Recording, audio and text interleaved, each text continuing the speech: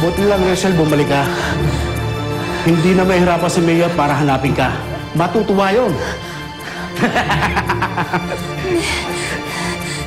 Ano ba? Ha? Pagkahan ko malag!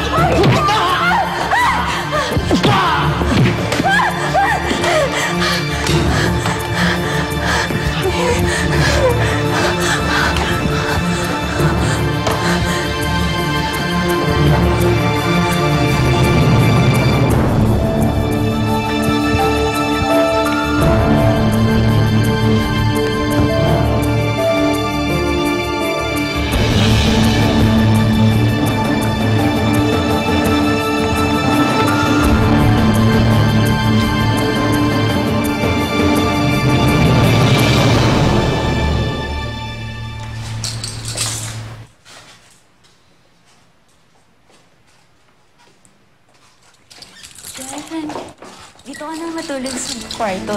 Wedding night naman natin ngayon. Apple. Tigilan mo ako. Kasama tayo, di ba? Oo, sige na. Akin ka na ngayon. Naiintindihan mo ba? Ano ba? Di ba kasal lang naman ang gusto mo? Ayan, mas nakuha mo na. Kasal na tayo. Hindi ako magiging tunay na asawa sa'yo. Hindi ka magiging masaya sa piling ko. Tandaan mo yan.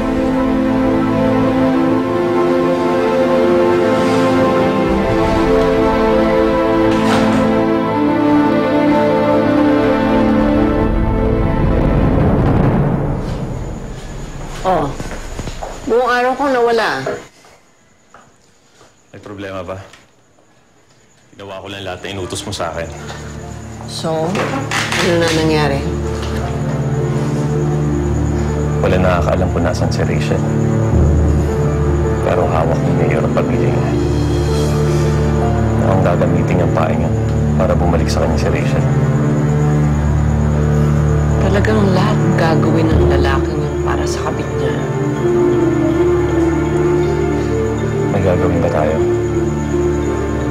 Simple. Alisin mo yung paeng para walang kumagat na isda. Gina.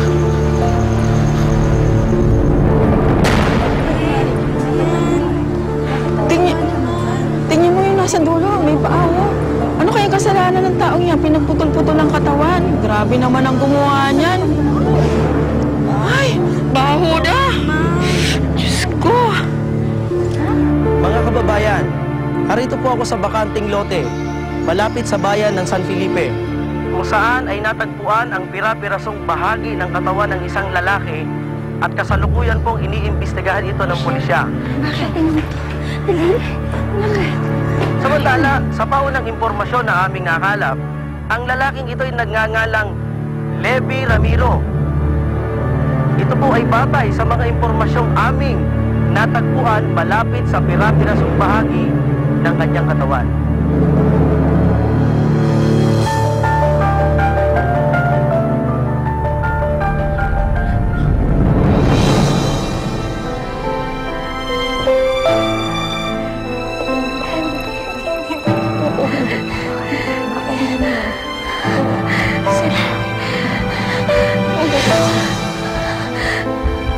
Baka hindi.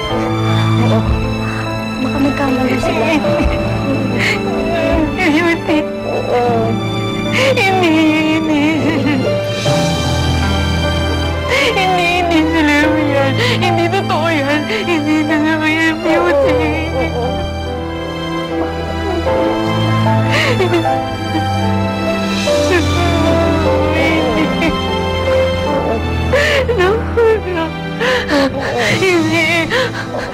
Hindi mamamatay si Levi. Hindi.